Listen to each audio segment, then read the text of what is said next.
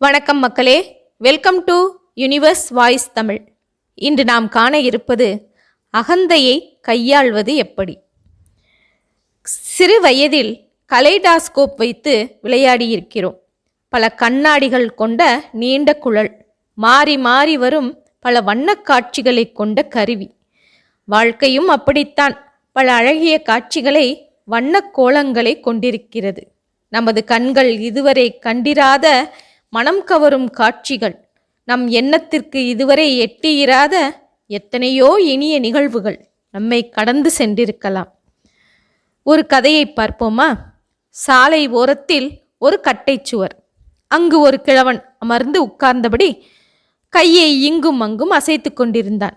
அந்த வழியே காரில் வந்த ஒரு மனிதனுக்கு அவருடைய செயல் வினோதமாய்ப்பட்டது. காரை விட்டிறங்கி கிழவனிடம் சென்றான். என்ன பெருசு, குளிர்காயிறையா? நேரத்தை வீணடிச்சுக்கிட்டு இப்படி உட்கார்ந்துருக்க? என்னைய பாரு, காரில் ரொம்ப தூரம் போயிட்டுருக்கேன்.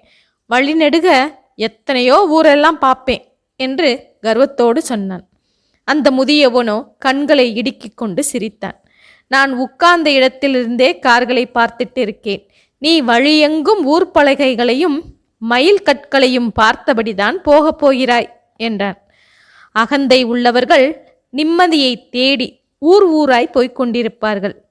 எளிமையானவர்களோ அந்த நிம்மதியை தாங்கள் இருக்கும் இடத்திலேயே காண்கிறார்கள். அகந்தை பணத்தையும் அதிகாரத்தையுமே பார்த்து கொண்டிருக்கும். பகட்டுதான் அதனுடைய முக்கியமான வாழ்க்கை. அது நல்ல மனிதர்களையும் அவர்களுடைய நல்ல மனங்களையும் பார்க்க தவறிவிடும். அகந்தையால் இந்த உலகத்தின் அழகிய காட்சிகளை, வாழ்க்கையின் வண்ணக் கோலங்களை காண முடியாத படைக்கு அதன் கண்கள் திரையிடப்பட்டிருக்கும். மோனிகா சைமன்ஸ் என்பவர் சொல்கிறார். அவர் ஒரு தொழில் ஆலோசகர். அகந்தை உங்கள் வளர்ச்சியை உடைத்து நொறுக்கிவிடும் என்கிறார். வாழ்க்கை தகுதியான, விரும்பத்தக்க வாழ்க்கையாக இருக்க வேண்டும் என்றுதான் நமது அகந்தை விரும்பும்.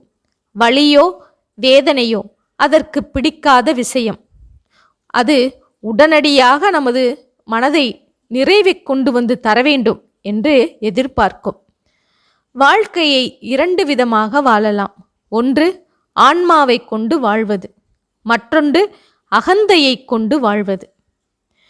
அகந்தையிடம் இல்லாத 3 விஷயங்கள் என்னென்ன தெரியுமா?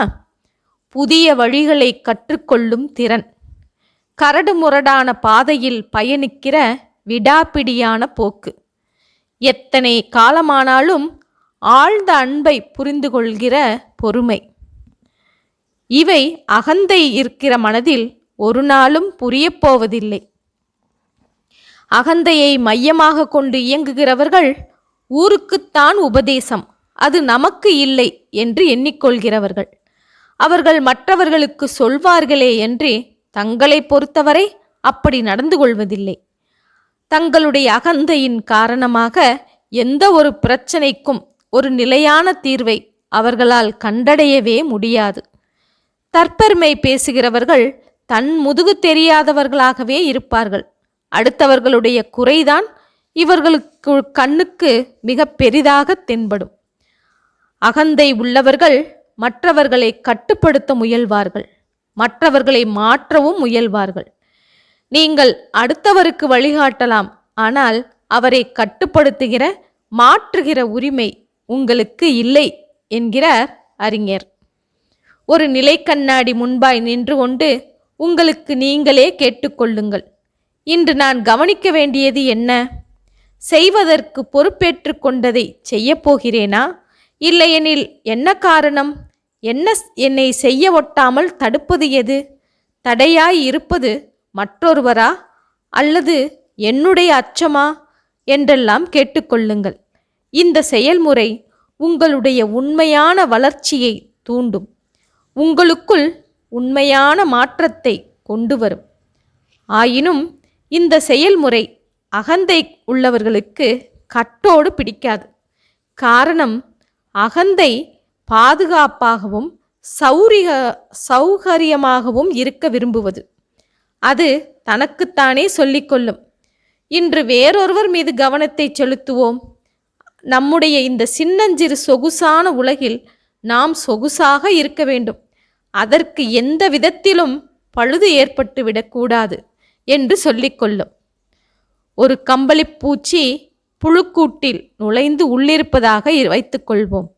அது எப்போதைக்கும் அங்கேயே இருக்குமானால் அந்த கூட்டுக்குள்ளிருந்து ஓர் அழகான வண்ணத்து பூச்சி ஒருபோதும் வெளிப்படப் போவதில்லை. ஆன்மாவின் விஷயத்திலும் அதுதான் உண்மை. அகந்தை தன்னுடைய ஆட்டத்தை தொடரும் வரை உண்மையான நபர் நமக்குள்ளிருந்து வெளிப்படாது. இறைவன் நமக்கு அளித்த அரிய வெகுமதிகளையும் நாம் பயன்படுத்த முடியாமலே போய்விடும். அச்சமும் இழிவும் அகந்தையும் அவற்றை மூடி மறைத்துவிடும். நம்முடைய உண்மையான சுயம் வெளிப்பட வேண்டுமென்றால் அகந்தையை நம் வழியிலிருந்து நாம் அகற்றியாக வேண்டும். ஆனால் அதை நிகழ்த்துவதற்கு கடுமையாக செயல்பட வேண்டியிருக்கும். அகந்தையில் இருந்து குணப்படுவதற்கு நம்மை விட உயர்ந்த ஒன்றிடம் நாம் நம்பிக்கை வைக்க வேண்டும் என்கிறார் ஓர் அறிஞர். அந்த நிலையில் மிகச் சிறந்த ஒன்றின் பகுதியே நாம் என்பதையும், நாம் அனைவரும் ஓரிடத்தில் இருந்தே இங்கு வரப்பெற்றோம் என்பதையும் நம்ப வேண்டியது இங்கு அவசியம். அதாவது நமக்கு மேலே ஒரு சக்தி இருக்கிறது, அந்த சக்தியிடமிருந்துதான் நாம் இங்கே வந்திருக்கிறோம் என்பதை உறுதியாக நம்ப வேண்டும். அப்பொழுதுதான் அகந்தையிலிருந்து நாம் குணப்பட முடியும். வெற்றிக்கும் மேம்பாட்டுக்கும் தேவையான ஆற்றல் நம் எல்லோரிடமும் இருக்கிறது. இந்த நம்பிக்கை இல்லையேல் நம்முடைய வளர்ச்சிக்கு நாமே வரம்பு கட்டியவர்களாக இடுவோம். நாம் தொலைதூரம் செல்ல வேண்டியிருக்கும் தடுப்புச் சுவர்களை உடைத்து கொண்டு. எவையெல்லாம் தேவைப்படுமோ அவையெல்லாம் நம்மிடம்தான் இருக்கின்றன. எனினும் அதை கணக்கிடுவதிலும் நம்முடைய தகுதியை தெளிவாக புரிந்து கொள்வதிலும் ஒட்டுமொத்த வாழ்நாளையும் செலவிடும்படி இருக்கும். இருட்டிலிருந்து ஒளியை நோக்கி செல்ல வேண்டிய நாம் ஒளிக்கு அஞ்சி இருட்டில் இருந்து கொள்கிறோம். நம்முடைய நிழலைக் கண்டு நாம் அஞ்சவில்லை, நமக்குள் இருக்கும் ஒளியைக் கண்டே அஞ்சுகிறோம்.